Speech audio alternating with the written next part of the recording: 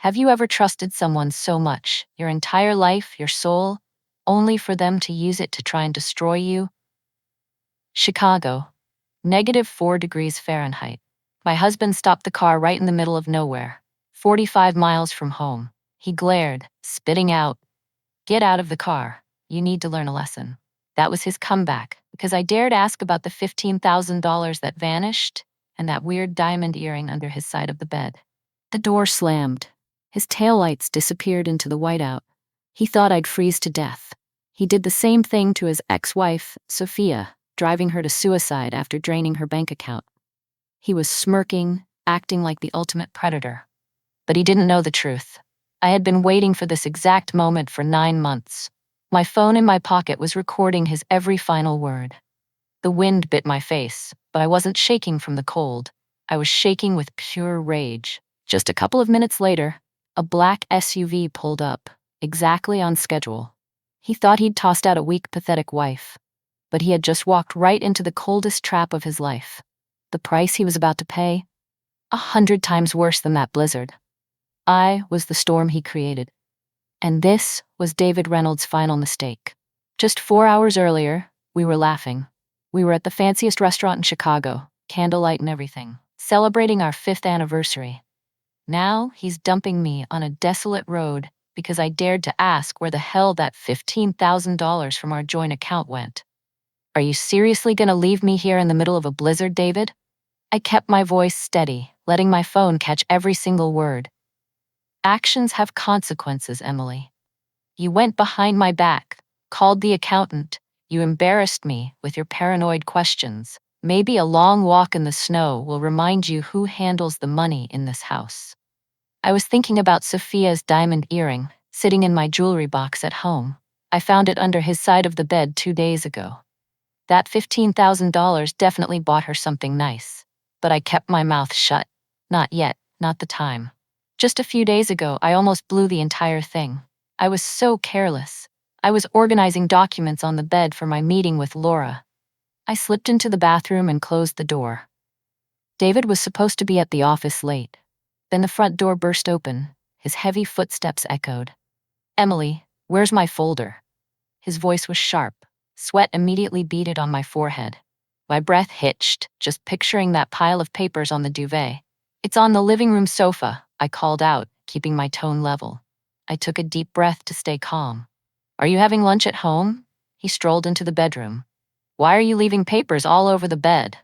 His steps slowed as he neared the mattress. "Just some utility bills," I shouted, still even. "The usage was super high this month. I'm checking it." I held my breath, my hand trembling on the doorknob. Then this cheesy tune blasted. It was Sophia's ringtone. He paused. His voice instantly went sweet. "I'll be right there. Hold on." I smirked through the crack in the door, just watching his arrogant face as he used that familiar, "I'm busy CEO" voice. Like I wouldn't notice. Grabbing the folder, "Then I've got important work stuff." His footsteps hurried toward the living room. The rustle of papers on the sofa, then the front door slammed shut. I pushed the bathroom door open. My legs felt like jelly. I flew to the bed. The documents were still scattered.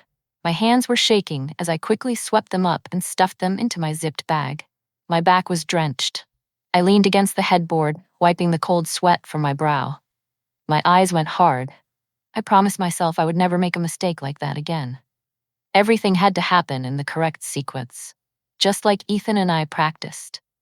"It's about to blizzard," I said, pointing at the dark sky. "Then you better start walking, haven't you?" He checked his phone, the screen light reflecting his smug smile. "Unless you want to apologize right now and admit you were wrong." My phone vibrated softly in my pocket. I snuck a quick look. A text from Lily. "You okay? Haven't heard from you in days. David said you were super busy with work." My stomach dropped. Since when were Lily and David texting one-on-one? My sister never called him David. She always kept a polite distance with her brother-in-law. Something felt off, but I couldn't dig into it now. I quickly typed, "I'm fine, busy for a bit, we'll call you later." Then I deleted the chat, a new habit I picked up over the last 9 months. Leave no digital trace David could exploit. "I'll walk," I said, opening the car door myself. 9 months ago, I would have apologized. 9 months ago, I still believed our marriage was salvageable. That was before I found his company's second set of books, before the secret withdrawals, before I realized he was systematically draining our assets into accounts only he controlled. The moment I started asking questions, he turned aggressive. Tonight was his ultimate escalation, but it was also his biggest mistake. Smart choice. Maybe when you get home, you'll remember your place. I stepped onto the cracked asphalt. This empty forest was abandoned years ago.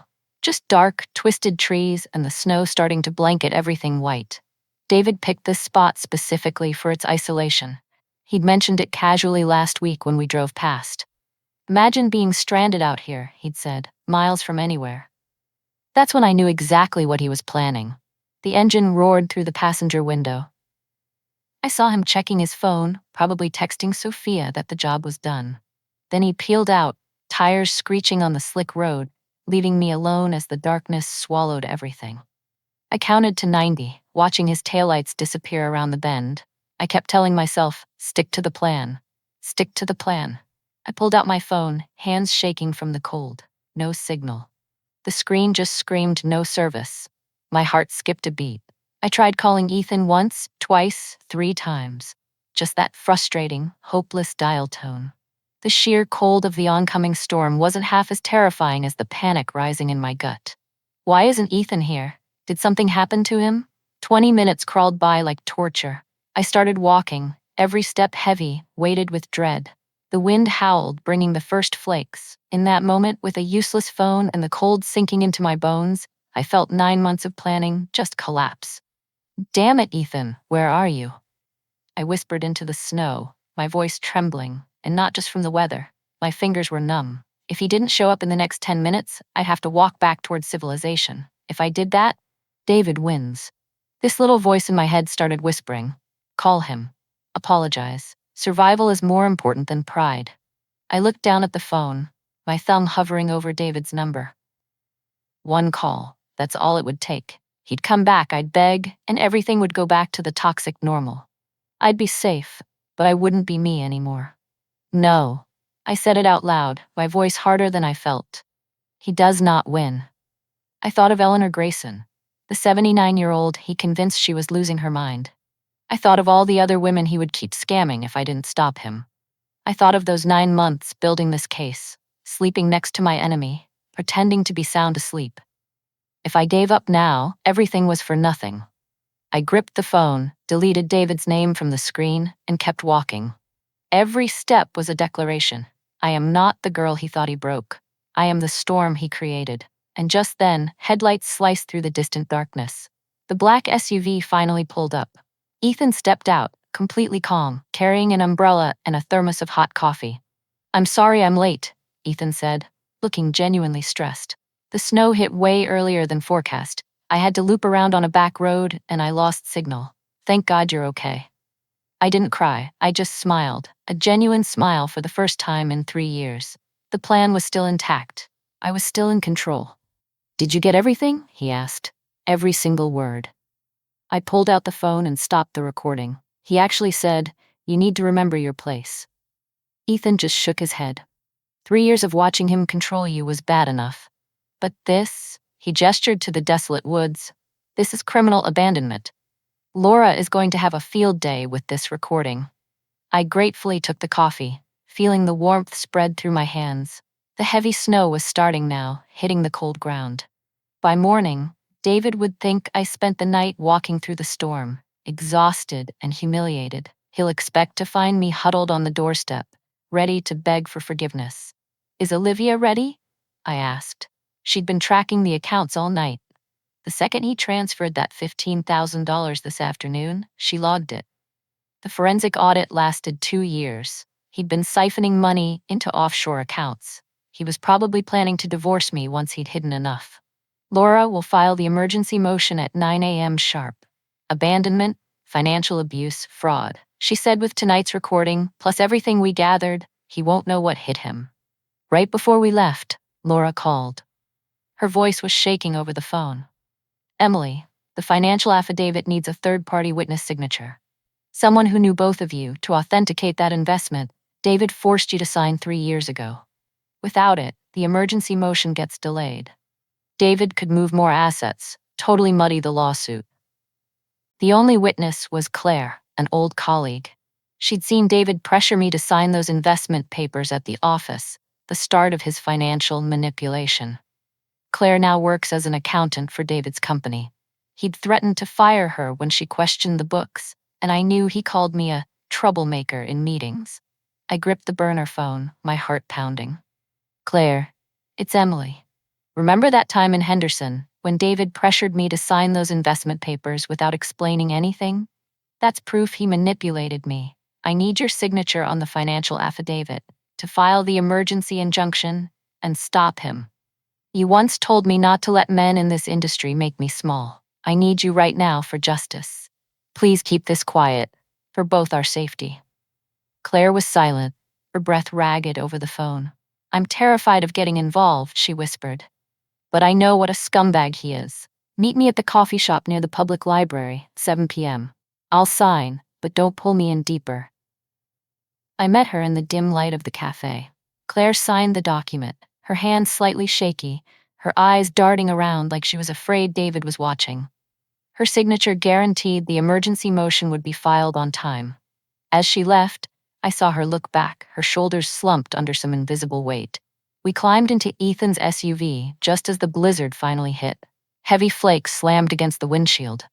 I could picture David driving home now, smug, probably pouring himself a glass of expensive scotch to celebrate teaching me my place. He had no idea that 9 months ago, the moment he started hiding money, I hired my own team. Ethan had already installed security cameras all over the house, disguised as a system upgrade. Olivia, a forensic accountant specializing in financial abuse, tracked every single penny. And Laura, one of the sharpest divorce lawyers in Chicago, built a file so thick it could fill 3 suitcases. The home footage uploaded successfully, Ethan confirmed, checking his phone. We have him bringing Sophia home last Tuesday while you were visiting your mother. They used my bed. A cold, sharp fury shot through me. Not heartbreak, but pure rage at the methodical planning of his betrayal. This was resolve, hardened like crystallized ice. He's been planning this forever, I told Ethan. The escalation, the financial control, isolating me from my friends, it's the classic abuse playbook.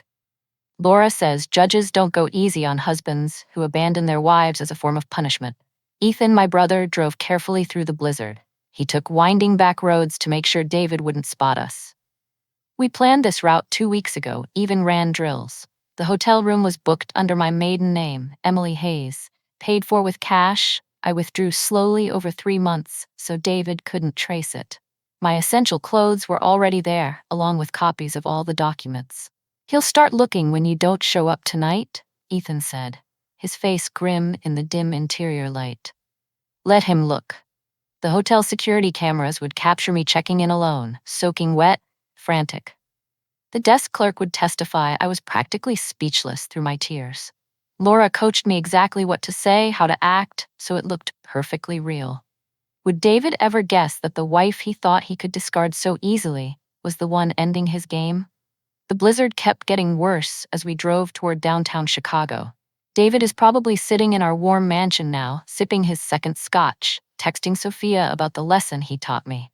Meanwhile, the wife he just abandoned was quietly prepping the final storm of his life. Tomorrow morning, when the sun hits those expensive blinds, he'll wake up smirking. He'll expect to find me, a broken wreck, begging at the door. But what he'll actually find is the collapse of his entire world. His assets will be frozen, his office locked. Federal investigators will be waiting to ask about the anomalies Olivia found in his books. You ready? Ethan asked as the hotel lights glimmered through the snow. I thought back to the strong version of myself 3 years ago. A warrior in the financial world, not David's puppet. Successful at Henderson Finance before David systematically set out to destroy my life. I recalled the recording. His voice, cold, telling me to get out and walk 45 miles in the storm. I thought about Sophia's diamond earring, the drained joint accounts, and the life insurance policy he secretly increased to $2 million, a policy that needed my death for him to profit. 9 months. 9 months I lived in silence, nurturing patience like a predator hunting its prey. Now, My voice was steel. I was ready 9 months ago. He just gave me the final piece. Ethan pulled up to the side entrance of the hotel. I grabbed the small duffel bag I'd pre-packed, just enough to look like I fled with nothing, and stepped out into the storm. My shoes crunched on the fresh snow. Time to play the part.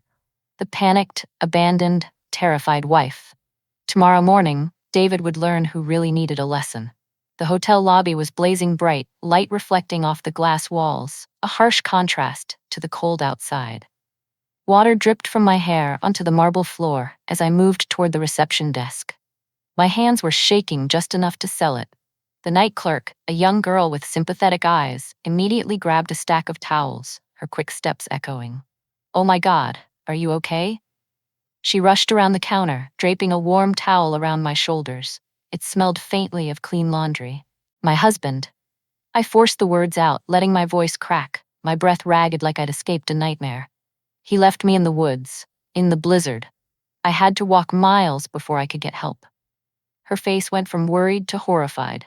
The perfect reaction Laura and I predicted. My hand paused on the check-in papers. Perfect. Every word would be logged in the hotel's incident report, exactly as Laura instructed. The clerk guided me to a velvet chair and brought me a hot cup of tea, the steam warming my face. I gave my maiden name, Emily Hayes, and paid with an emergency credit card I opened 6 months ago, one David never knew about. She nodded, typing quickly, the screen light illuminating her anxious face. Room 517 was small but clean, the window showing the city lights blurred by the heavy snow. I locked the door and flipped the deadbolt. The clack of the metal was dry and final. Only then did I let myself breathe. My breath fogged the cold air in the room. I grabbed the second phone Ethan gave me and played the recording from the car. David's voice cut through the silence, cold and deliberate, like a knife. "You think you're so smart, don't you? Daring to call the accountant behind my back, asking about the finances like you even understand them." My carefully controlled voice answered, "It's our money, David. I have a right to know where it's going." "Our money." He gave a sharp, brittle laugh, sounding like breaking ice. "I earn the money. I manage it. All you know how to do is spend it on overpriced organic vegetables and pointless charity galas. $80 for organic vegetables last week, Emily. $80. I remembered that shopping trip. I bought the groceries for the client party he insisted on hosting, the same party where he dropped $1,000 on wine without batting an eye. The recording continued. "You embarrassed me at the Petersons' party, daring to argue with me about the European market in front of my colleagues. Where did you get those opinions? From some morning TV show?" "I have an MBA from the University of Chicago, David. I was in finance for 5 years before I met you." "Before I saved you from that mediocre career," is what you mean. You were analyzing cheap stocks at some third-rate firm. I gave you the life you could never achieve on your own. I closed my eyes, just breathing. I pictured the woman I used to be at Henderson Finance. I wasn't analyzing cheap stocks. I was managing a $25 million portfolio, standing in front of a whole team, closing deals that generated a 15% return. David had rewritten history so many times, I swear sometimes I almost believed his lies. The phone buzzed. The screen lit up the darkness. Text from Ethan. "Olivia found more. 3 more offshore accounts. He's been moving money for 20 months straight. 20 months. Long enough for David to build a sophisticated fraud network. Long enough for me to realize I was living with a literal sociopath capable of murder just to satisfy his greed." Suddenly, David cared about separate accounts, blaming tax reasons. A phony financial advisor showed up, always lurking with a fake smile. "Papers he told me to sign without reading. It's just routine, honey. Trust me." Another text, this one from Laura. "The case is locked. David wired another $25,000 this morning at 6:47 a.m. Olivia logged it and alerted the SEC. Meet me at the hotel, 8 a.m. Now I wasn't just a victim. I was the architect of justice. I sat on the edge of the bed. The mattress was firm. The snow hitting the window sounded like a steady drumbeat. 8 a.m., just 10 hours left. David was about to learn the price. That $25,000 wire, another rope pulling him down. I remembered finding Sophia's earring, checking the joint account and seeing those weird offshore transfers. $6 million total over 20 months. Olivia tracked it all. She found he embezzled $4.5 million from elderly clients, manipulating them into thinking they had dementia. I went from a trembling wife in a snowstorm to the architect of my husband's utter destruction. I opened my laptop. An email David sent to his lawyer popped up. Gaslight Emily by denying everything. She'll break down on her own. The words were colder than the blizzard outside. But I wasn't breaking. I was ready. I thought about my dad, who suspected David from day one. He kept forged documents in a bank safe deposit box. My mom gave me the key, her voice weak but steady. Your dad knew he was dangerous. My phone buzzed again. Olivia, new video from the hidden cam. It showed David photographing documents in the home safe at 2 a.m. while I was asleep from the anxiety meds he suggested. In the video, he tells Sophia, Emily is the perfect cover. A few more months, I move all the money, and we disappear to the Bahamas. They laughed about the accident plan for the life insurance. His voice was soft, like he was discussing the weather. I gripped the phone, my nails digging into my palms. He calculated everything, but so did I. Judge Hayes has agreed to an emergency hearing at 3 p.m. tomorrow. Bring the recording. Judge Margaret Hayes is famous for seeing right through men like David. She presided over 4 high-profile financial abuse cases this past year, all ruling in favor of the wives. Laura waited specifically for her rotation. I changed into the dry clothes from the emergency bag I stashed here yesterday. Then I sat at the small hotel desk and started writing. Not the affidavit Laura would polish for court, but notes for myself. Reminders of who I really was. The woman David tried to erase. I wrote about the promotion I turned down because David said the travel would strain our marriage. About the investment I spotted that could have quadrupled my personal account if I still had one. About the college roommate friendship that died because David convinced me she was jealous of our happiness. The phone rang. David's ringtone. I let it go to voicemail, then put it on speaker, recording the message with the second phone. Emily, this is ridiculous. It's been 4 hours. The lesson's over. Call come get you. Don't make this harder than it needs to be. 15 minutes later, another call. This time, his voice was tighter. I know you have your phone. Stop being a child. Call me back. If you're trying to worry me, it's not working. I'm going to bed. Figure your own way home. But I heard the tension creeping in. He was starting to realize something was seriously wrong. I always called back, always apologized, always groveled home. My silence was shattering his script. At midnight, Sophia called. I almost didn't recognize the number, but a hunch made me pick up and stay silent. Hello? Emily? Her voice was hesitant. David asked me to call. He's really worried. He said you guys had a fight and you won't answer. He wants you to know he's sorry and you should just come home. David never apologizes, never admits fault. The fact he had his mistress relay a fake apology showed he was losing control. I hung up without saying a word. By 1 a.m., the calls were coming every 15 minutes. David, his mother Helen, even his business partner Michael. I logged every single one. The number, the time, the increasingly panicked messages. The abandoned wife was supposed to be desperately calling for help, not maintaining absolute silence. I called room service, charged it to the emergency card. Soup, a salad, and a glass of wine. The receipt would prove I was calm enough to eat. It would prove I wasn't the wreck David expected. Around 2:45 a.m., a text message actually made me smile. Not from David, but from our neighbor, Mrs. Lee. Saw David searching under your car in the driveway with a flashlight. Then he drove off real fast. He was looking for my car, unaware Ethan moved it to long-term parking 3 days ago. More proof that I planned to leave, and his abandonment only sped up my timeline. I pulled back the curtain, watching the blizzard rage over the city. Somewhere out there, David was starting to realize his perfectly controlled world was crumbling. He thought he taught me a lesson about power and place. Tomorrow, when his key card didn't work and federal investigators showed up, he would understand who was teaching whom. The storm was hitting the glass like it wanted in. 9 months of planning, logging, pretending to be the subservient wife while building the case that would ruin him, all leading to this moment, the perfect storm he created. I set my alarm for 7 a.m., knowing I needed to look sufficiently shattered for the emergency hearing. But I was awake by 5, sitting at the small desk with the joint account open. The balance was exactly as I predicted. David wired another $30,000 at 6:15 a.m. He was panicking, trying to hide assets before I could act. Too late. Olivia already logged it all. By noon, my hotel room had become a command center.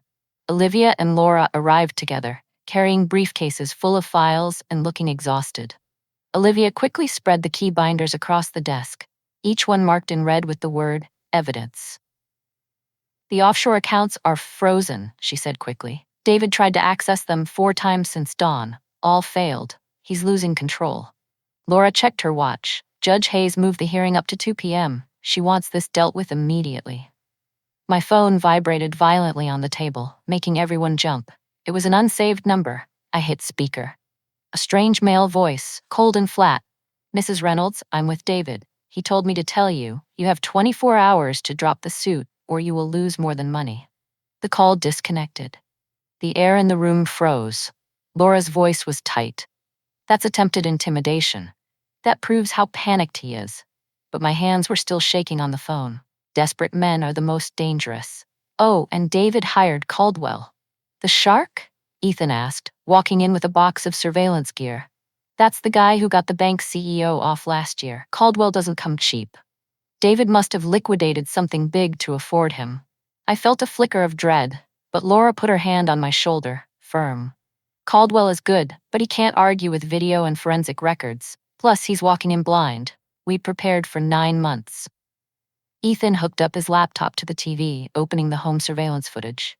"I compiled the highlights. Fair warning, Emily, this isn't easy to watch." The first clip showed David in his office at 2 a.m. 3 weeks ago. I was upstairs, doped up on the sedatives he suggested.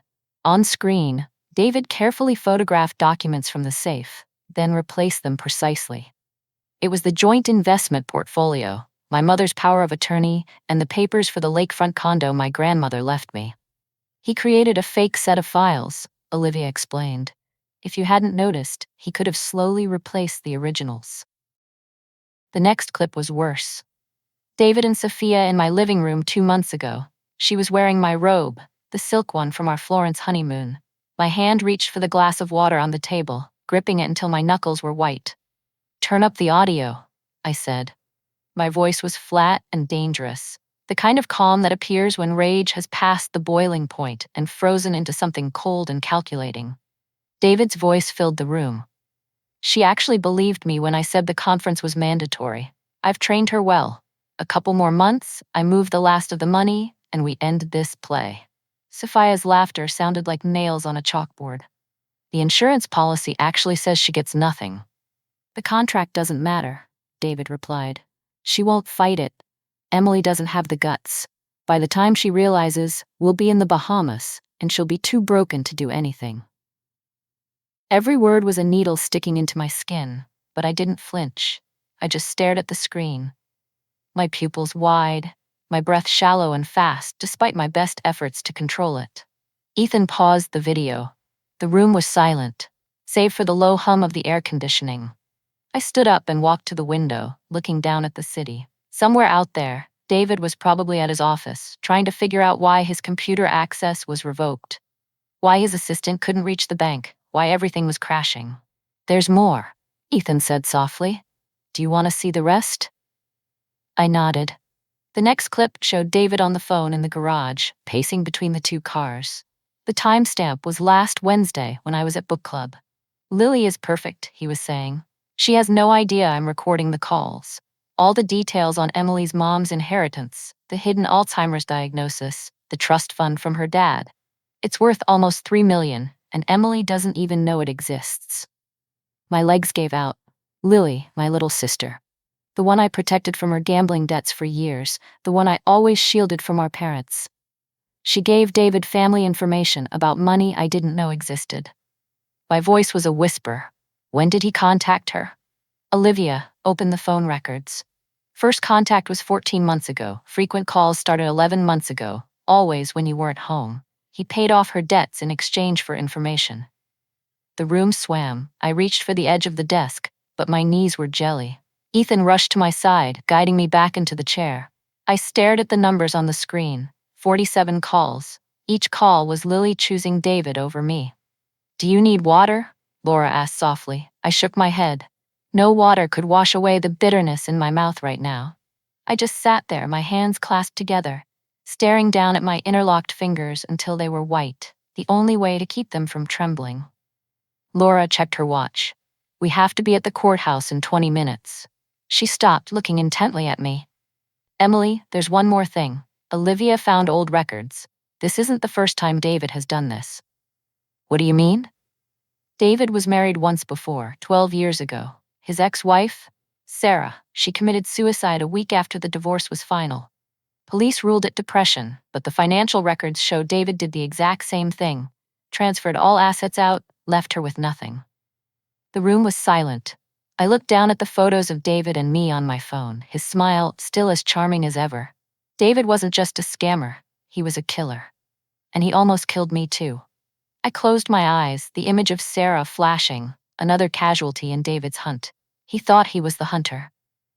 He had no idea he was the prey who walked into the trap long ago, and this time the trap was closing. Emily, are you ready?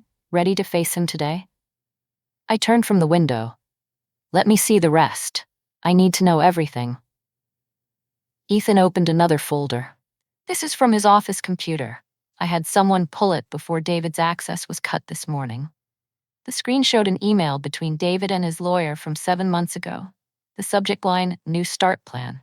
Inside was the detailed strategy for divorcing me, including psychological tactics to make me doubt myself, financial steps to leave me penniless, and suggestions to gradually increase emotional abuse to make me more compliant during proceedings. One line was highlighted. The key is making her think she's going crazy. Constant gaslighting, hiding things, denying conversations, contradicting her memory. By the time we file, she'll be too unstable to fight effectively. I thought of all the times in the last year David told me I misremembered things. The dinner date I booked that he swore I never mentioned. The conversation about visiting my parents that he insisted never happened. The jewelry that disappeared and reappeared in strange places. I had started secretly logging notes, thinking I was losing my mind. He was following a scripted plan. Laura said, "This lawyer, Douglas Stern, specializes in high net worth divorces, where one party wants to financially destroy the other. He's already under investigation for professional misconduct." Olivia opened one final document. This is why we filed the emergency injunction this morning. David wired $4.5 million from client investment funds to a private Swiss account yesterday afternoon, right before he abandoned you. He must have thought he still had time before he was caught. He was running, I said, the truth settling in. Abandoning me wasn't just about control. He knew something was closing in. The SEC received an anonymous tip yesterday morning, Laura said with a slight smile, about irregularities in his fund reporting. I looked at her. You and Olivia. Technically, once Olivia logged the embezzlement, we had an obligation to report. The gravity of David's crimes was staggering. This wasn't just about my marriage or his infidelity.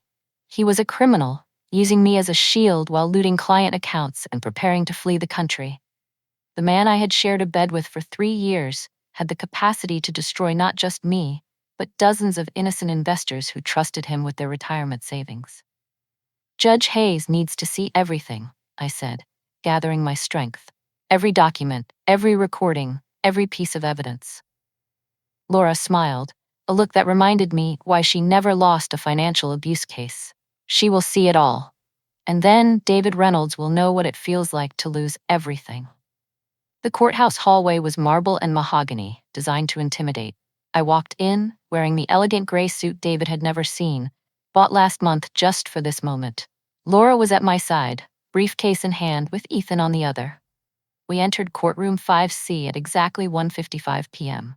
David was already there, sitting next to Caldwell. His $1,000 haircut couldn't hide the deep creases of tension around his eyes. He looked smaller, his usual commanding presence diminished by rumpled clothes and dark circles. He had clearly slept at the office. When he saw me, his expression shifted from exhausted anxiety to raw fury. "All rise," the bailiff announced. Judge Margaret Hayes entered, her black robe adding to the palpable tension. She sat down, immediately reviewing the documents before her. Her reading glasses perched on her nose. We are here today on an emergency motion filed by Emily Reynolds concerning marital assets and abandonment, she began, her voice carrying serious authority. Mr. Caldwell, I understand you were retained this morning. Yes, Your Honor. We request a continuance to review the facts thoroughly. Denied. Your client is alleged to have abandoned his wife in dangerous conditions last night. Time is of the essence. She turned to Laura. Counsel, present your evidence. Laura stood, smooth as silk. Your Honor, at approximately 8:15 p.m. last night, David Reynolds deliberately abandoned his wife 45 miles from their home in a wooded area during a blizzard. We have a recording of the incident. She played the recording over the courtroom speakers. David's voice echoed, cold and clear. You need a lesson, Emily. Walking home might teach you some respect. I watched David's face turn white. Caldwell whispered harshly in his ear. David shook his head, gesturing wildly. Furthermore, Laura continued, Mr. Reynolds has been concealing marital assets for 20 months. We have documentation of $6 million in offshore accounts and evidence of embezzling $4.5 million from his investment fund. Objection. Caldwell sprang up. These are baseless accusations. Then disprove them, Laura countered calmly, presenting a binder. Exhibits A through G, Your Honor. Wire transfers to Swiss accounts, all made by Mr. Howe Reynolds without his wife's knowledge or consent. Judge Hayes reviewed the documents, her expression darkening with every page. Mr. Reynolds, did you abandon your wife last night? David stood, adjusting his tie. Your Honor, there has been a misunderstanding. My wife and I had an argument. The question requires a simple yes or no, Mr. Reynolds. I left her in the woods, yes, but during a storm 45 miles from home, she had a phone. She could call someone. The judge's eyebrow arched. How thoughtful. She turned back to Laura. Proceed. Laura displayed the financial records on the courtroom screen. Mr. Reynolds also engaged in an affair with his assistant, Sophia Carter, using marital funds for gifts and travel. This includes a pair of diamond earrings worth $15,000, which were reported stolen for insurance purposes, but were in fact gifted to Miss Carter. My phone vibrated. Text from Ethan. They're here.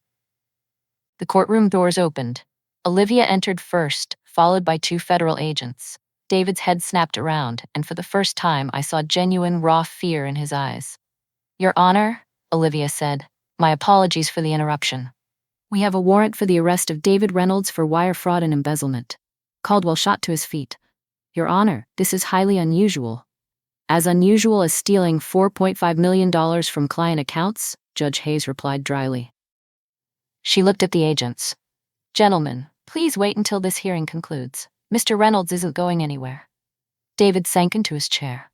David's phone on the defense table kept lighting up with calls. I saw the names. His mother, his partner Michael, and relentlessly, Sophia. Based on the evidence presented, Judge Hayes continued, I grant the emergency injunction. All marital assets are frozen pending investigation. Mrs. Reynolds is granted exclusive use of the marital residence and temporary spousal support of $12,000 per month. Mr. Reynolds, you are prohibited from coming within 500 feet of your wife. $12,000 a month? David erupted, springing to his feet despite Caldwell's attempt to pull him down. That's insane. She doesn't need. Mr. Reynolds, you abandoned your wife in a blizzard after concealing millions of dollars. I am being generous by not holding you in contempt of court. Sit down. As David slumped back, my phone buzzed. Lily's name flashed. I declined the call, but she called back immediately, over and over. Laura leaned in. You should log those calls. I nodded, screenshotting the call history. 19 calls from Lily in the last hour, 47 from David since last night, 25 from his mother, Helen. Olivia approached our table as the judge finalized the order. Mrs. Reynolds, we will need your full cooperation in the investigation. Your lawyer says you have additional evidence. I nodded. 9 months of logs, financial records, recordings, emails, everything. Good. If convicted of all charges, your husband is facing 15 to 20 years in federal prison. David must have heard because he suddenly stood up, pointing at me. You did this. You set me up. This was all a trap. Judge Hayes's gavel slammed down. Mr. Reynolds, control yourself, or I will add contempt to the charges. She planned this.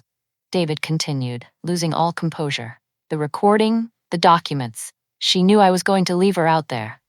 So you admit to deliberately abandoning her? The judge asked. Caldwell physically dragged David into his seat, but the damage was done. When we prepared to leave, Sophia burst through the courtroom doors. Her designer dress was rumpled, her meticulously styled hair messy. She looked around frantically until she saw David. You said you filed the divorce papers, she shrieked across the courtroom. You said the papers were filed. You said she was crazy and making things up, the judge sighed. Ma'am, please leave my courtroom, Judge Hayes said, her voice sharp. But Sophia was not finished. She held up her phone, waving it wildly. I have the texts, the recordings. He promised to marry me. He said that money was his. Olivia's eyes lit up. She moved toward Sophia carefully. Ma'am, we would very much like to speak with you. David's ruin was complete. His mistress was about to turn state's evidence for the prosecution. His assets were frozen. Federal agents were waiting to arrest him, and the perfect image he'd constructed had shattered in less than an hour. As we walked out, leaving David for the federal agents to process, my phone vibrated with one final text from his mother, Helen. I hope you're satisfied, destroying a good man over petty jealousy. I deleted the text without replying. Helen would soon learn her son was no good man. He was an exposed criminal, and I hadn't destroyed him. He destroyed himself. The courthouse steps were swarming with reporters when we emerged. Microphones shoved toward us as Laura guided me through the crowd, her hand firmly on my elbow. Mrs. Reynolds, is it true your husband stole millions? Emily, how long have you been planning this? Laura stepped forward, her voice cutting through the chaos. My client has no comment at this time. The federal investigation is ongoing. We fought our way to Ethan's SUV, and I glimpsed tonight's television trucks setting up cameras across the street. Tonight, David's face would be on every local channel. Chicago's golden boy of finance arrested for embezzlement and fraud. Back at the hotel, I collapsed onto the sofa while Laura poured us both water. My phone hadn't stopped buzzing since we left the court. I scrolled through the texts, each one a different flavor of shock or judgment. The most interesting text came from Michael Reed, David's business partner. Emily, we need to talk. There are things about the fund you should know. Laura Reed over my shoulder. Set up a meeting, record everything. By 4 p.m., the local news ran the story. The ticker tape read, prominent fund manager arrested for embezzlement following wife abandonment. They already had David's mugshot. He looked defeated, his expensive suit replaced by a standard prison issue. My phone rang. Lily again. This time I answered. Emily, please, I need to explain. You told him about Mom's will, Dad's trust fund, about her Alzheimer's diagnosis. Silence. Then she said softly, he said he wanted to help. He paid off my gambling debt. I didn't know what he was planning. I thought he loved you. He was so supportive, so attentive. He used you, I said, just like he used me. Emily, I am so sorry. When I saw the news, I've been sick all day. Can we meet? Laura shook her head, but Lily's voice sounded genuinely broken. Tomorrow, neutral location. You come alone. After I hung up, Ethan pulled up social media on his laptop. You need to see this. David's company Facebook page was imploding. But the biggest blow came from Sophia. She went nuclear on Instagram, posting screenshots of their texts and photos from their stolen trips, detailing how David manipulated her. He told me his wife was unstable, she wrote. I was stupid, but he is a master manipulator. The pictures were shocking. David and Sophia in first class to Florence. David and Sophia in our bed. By 6 p.m., David's mother, Helen, released a statement through a lawyer. Laura read it aloud, barely suppressing a laugh. The Reynolds family is shocked by these allegations. We believe this is a coordinated attack by a vengeful wife seeking financial gain. David Reynolds is a respected member of the community, victimized by a calculating woman who married him for money. Is she really going in that direction? Ethan asked, after everything everyone heard in court. My phone buzzed again. An unknown number. Against Laura's instruction, I answered. Mrs. Reynolds, this is Patricia Lynn from the Chicago Tribune. We're running a piece on systemic fraud in small investment funds. Your husband's case is part of a larger pattern we're investigating. Would you be willing to share your experience? Laura snatched the phone. This is Emily Reynolds' lawyer. All press inquiries should be directed to my office. She hung up and turned to me. By tomorrow, this will be national news. David didn't just ruin himself. He pulled down an entire network of corrupt fund managers. The FBI is expanding its probe. I walked to the window, looking at the city lights. Somewhere in a federal holding cell, David was likely meeting with Caldwell, trying to spin a narrative, but there was no spinning the video, the confession, and millions in stolen cash. My phone lit up with another text from Charles Warner, David's largest client. Mrs. Reynolds, I want you to know several of the victims are filing civil suits against your husband. We want to be clear, though. You are not a target. We know you are a victim, too. In fact, we'd like you to testify about what you saw. The irony was staggering. David spent years telling me I was too stupid to understand finance. Now his former clients wanted my testimony to bury him.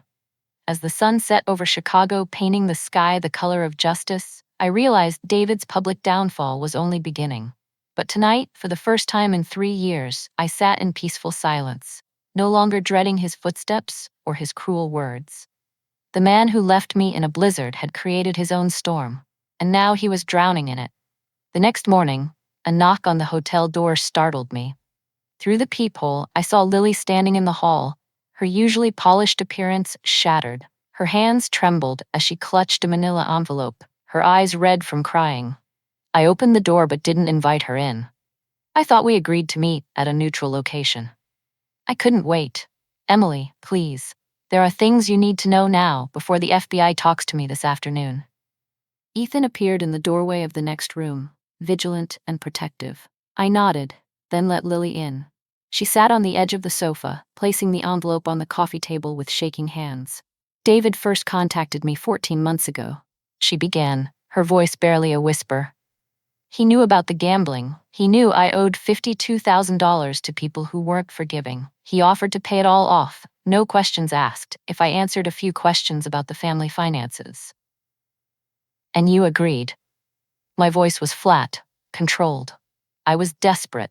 They were threatening my career. David seemed genuinely helpful. He said you were too proud to ask Mom and Dad for money, that he wanted to surprise you by handling the family problems behind your back. She opened the envelope, pulling out a stack of printed emails. These are all our conversations. I printed everything last night when I realized what he was really doing. I picked up the first email, dated over a year ago. David's tone was warm, concerned, like a big brother. He wrote about wanting to be a better husband, wanting to understand the family dynamics better so he could support me, I read. The manipulation was masterful. He was particularly interested in Mom, Lily continued, her voice trembling. He wanted to know about her health, her mental state, her finances. I thought he was planning to pay for better care. You told him about the Alzheimer's. Lily nodded, tears streaming. Mom made me promise not to tell you, but he kept pressing, acting concerned. He said he noticed signs and wanted to help. I kept reading. The emails showed David's questions getting more detailed. What properties did our parents own? Were there any trusts? Last month he asked me to get Mom to sign some papers, Lily said. He said it was for insurance purposes. I actually brought them to her, Emily. Luckily, Mom's lawyer was there that day and realized they were asset transfer documents. That's when I started to realize something was wrong. My phone vibrated. Charles Warner was calling. I put him on speaker for Ethan to hear. Mrs. Reynolds, I apologize for the interruption, but this is urgent. I've been going through the client records all night. David wasn't just stealing from the general fund.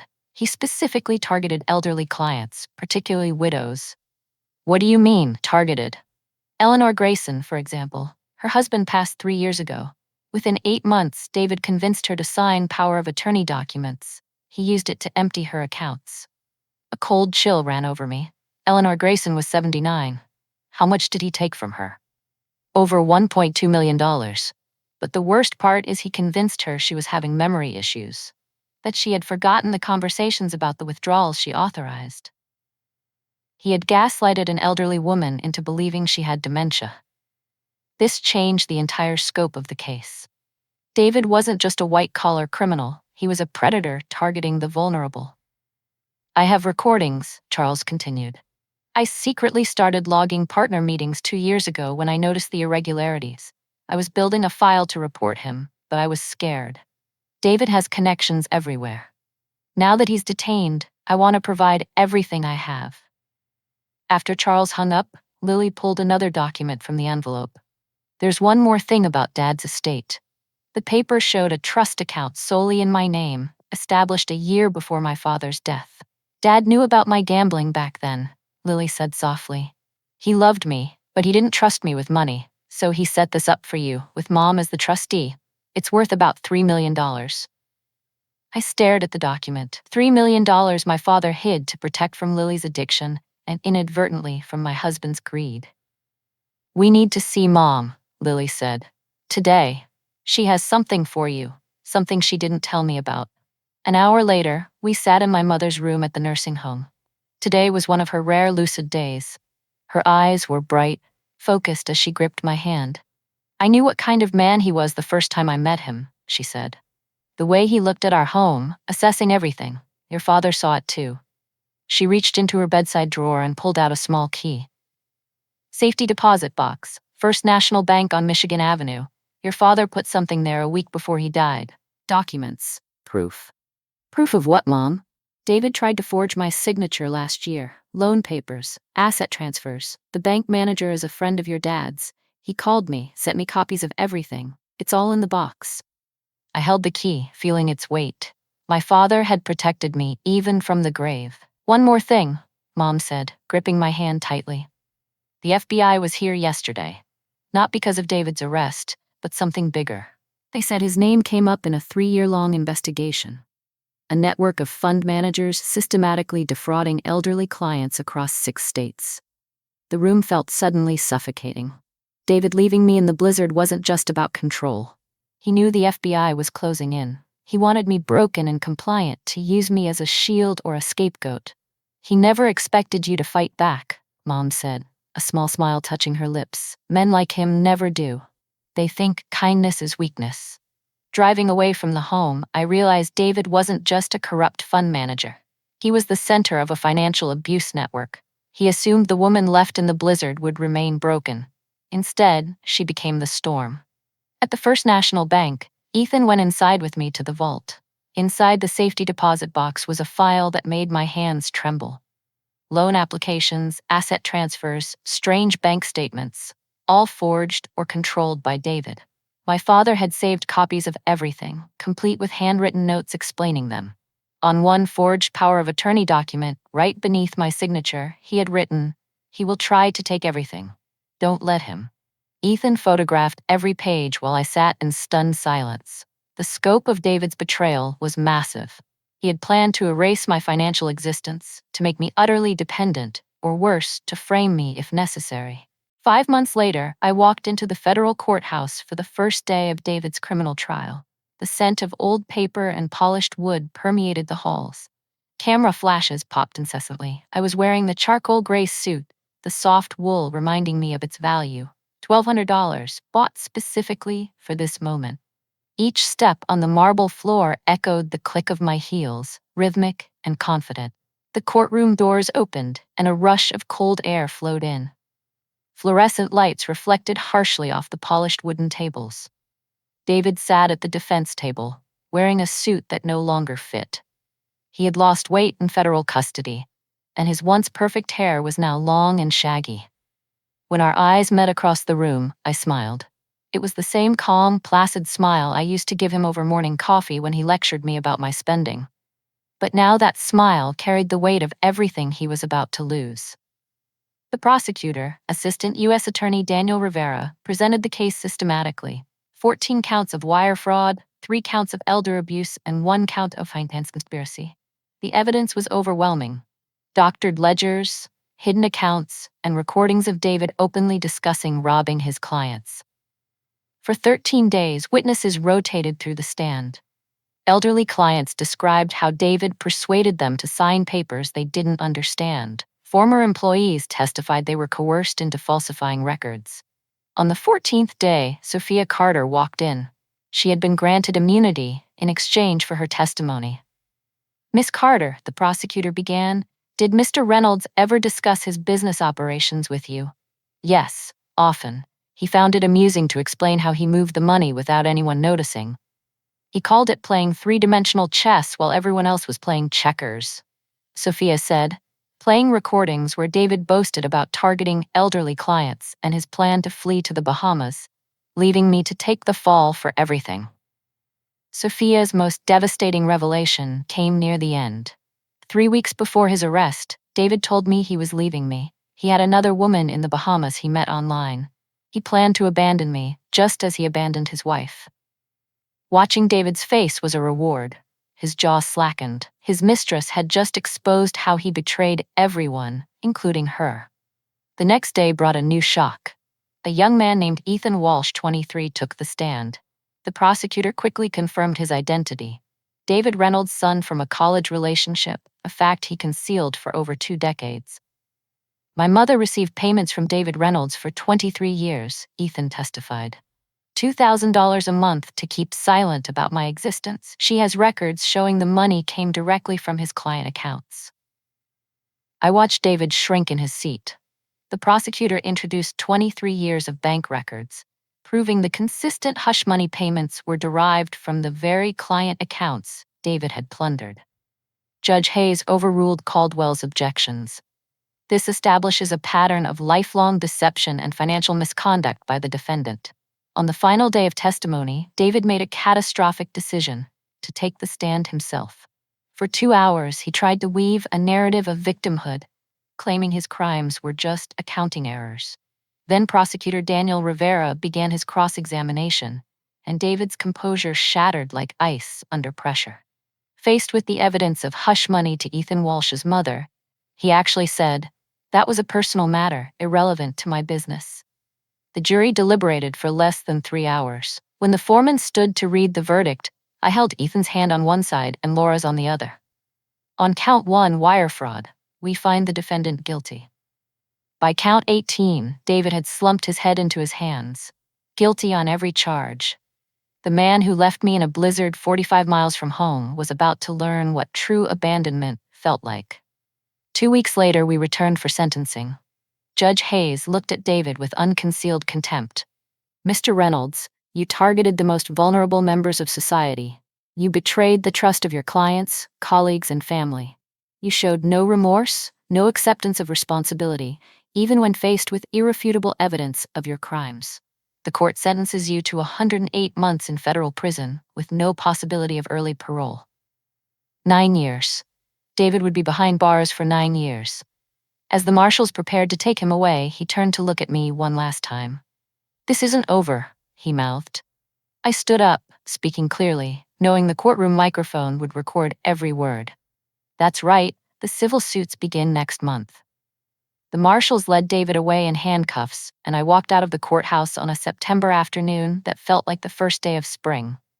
The civil suits would begin next month, with 19 of David's victims seeking compensation. But that was Laura's battle now. I had something more important to build. 6 weeks after David's conviction, the whistleblower reward arrived, $1.8 million for providing information that helped recover stolen funds. Coupled with the assets the court granted me and the trust fund my father protected, I suddenly had the resources to turn the pain David inflicted into something meaningful. Ethan found the building first, a renovated Victorian house in Chicago's Lakeview area, which had once been a law office. 3 stories, 9 offices, a conference room large enough for group counseling sessions, and most importantly, multiple escape routes, something women fleeing dangerous situations needed. We signed the lease on Thursday. By Monday, the Horizon Foundation was headquartered. "We need a serious security system," Ethan said, walking through the empty rooms with his tablet. "Panic buttons in every office, secure entries, surveillance cameras that actually protect people instead of monitoring them." Olivia arrived with file boxes and encryption software. 3 forensic accountants have reached out to volunteer. Word travels fast in the financial community about what we're doing. Laura took time off from her law firm to help set up the legal aid program. "We have to be careful about how we structure this," she said, spreading the incorporation documents on the conference table. "We're going to face dangerous situations, angry husbands, and the possibility of retaliatory lawsuits. Everything must be airtight." Within a month, we had our first client, Elena, a teacher whose husband had hidden all their savings and threatened to report her to immigration if she left. even though she was a U.S. citizen. Olivia found the money. Laura filed the suit. Ethan arranged safe transport. I sat with Alina as she wept, recalling my own tears in the hotel room the night David abandoned me. Lily arrived at the Horizon Foundation on a rainy Tuesday, 3 months sober, bringing a box of donuts as a peace offering. "I want to help," she said simply. "I know what it feels like to be manipulated, desperate enough to betray someone you love. Maybe I can help others recognize the signs before it's too late." We let Lily start as a volunteer, answering phones and sorting paperwork, but Lily had a talent for talking to the women who called in crisis. She understood the desperation and shame in a way even trained counselors sometimes missed. Within 6 months, she was leading support groups, sharing her story of how David exploited her gambling addiction for information, helping others recognize when they were being used. My mother visited on a rare lucid day. Ethan carefully drove her through the city she once knew. She sat in my office, looking at the framed photos on the wall. Women who allowed their success stories to be shared, their radiant faces in front of new apartments, at graduations with the children they kept safe. "Your father would be so proud," she said, touching a photo of a woman who escaped abuse with her 3 children and was now studying nursing. "He always said the best revenge for cruelty is kindness toward others." She pulled an envelope from her purse. "This was sent to the house. I thought you should see it." Inside was a clipping from a prison newsletter. David had been elected treasurer of the Inmates Investment Club. Even behind bars, he was trying to maintain the image of a financial genius. I nearly laughed at the absurdity. The unexpected volunteer showed up 7 months after the trial. Sophia Carter stood in the reception area, no longer the girl who wore my grandmother's diamond earrings. She had short hair, wore simple trousers and a blouse, and had a humility I hadn't seen before. "I've been in therapy," she said, sitting across from me, "figuring out why I got involved with a man like David, why I ignored the red flags, why I contributed to your pain. I know I can't fix it, but maybe I can stop younger girls from making my mistakes." Sophia started speaking at universities, warning business students about powerful older men who promised advancement in exchange for affection. She was honest about her choices, accepting responsibility but also explaining the gradual manipulation that made those choices seem logical at the time. "He made me feel special," she told a group of graduate students one evening, "like I was smarter and more sophisticated than other women my age. By the time I realized I was just another casualty in his game, I was too far in to see a way out."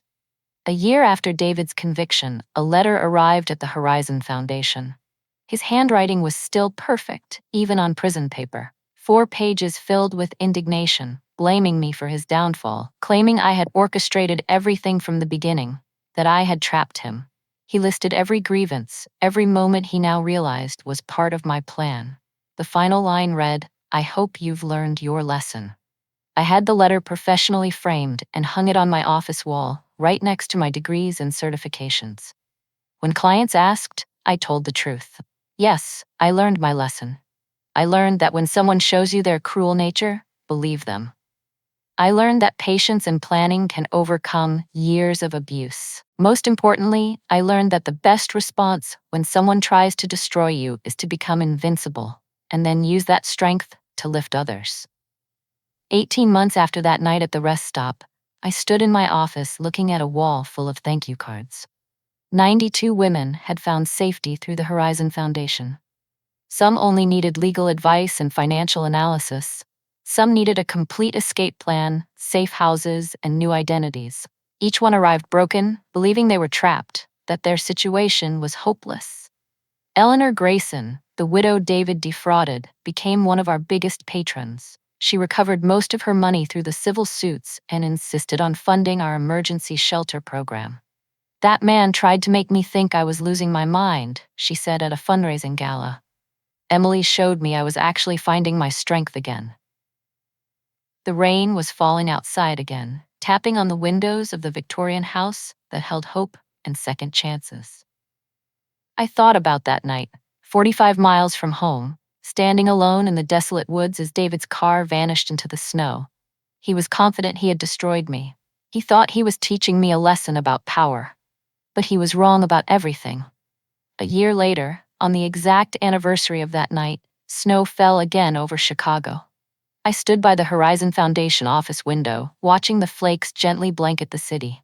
This time, the snow was no longer a threat. It was just snow. Beautiful, pristine, and harmless. My phone vibrated. A call from a woman in Iowa, her voice trembling. My husband just abandoned me on the side of the road. I don't know what to do. I found the foundation's number online. I sat down, my voice calm and warm. Are you safe? Tell me where you are. Outside the window, the snow continued to fall. But now, each flake no longer reminded me of David's cruelty.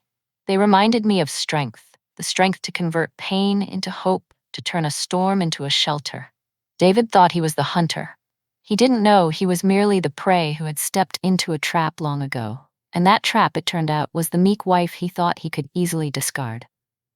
The man who left me in the blizzard thought he was teaching me my place. He did teach me that, just not the place he imagined.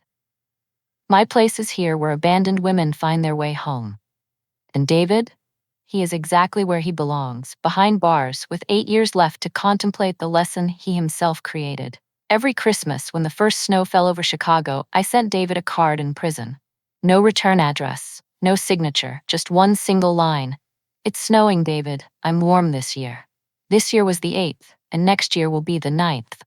And he has never replied. That is the only reminder he ever receives from me, that the one abandoned in the blizzard is now living warmly in the love of the women she saved, while he remains eternally frozen in the loneliness of his own cruel choices. He thought he discarded a weak wife, not realizing it was the moment he dug his own grave. If you believe every betrayal has its price and that justice belongs to resilient hearts, please subscribe now. Every subscription helps spread another story of resilience, empowering thousands of women who are finding their way home. Which moment in this story makes you believe that kindness never loses?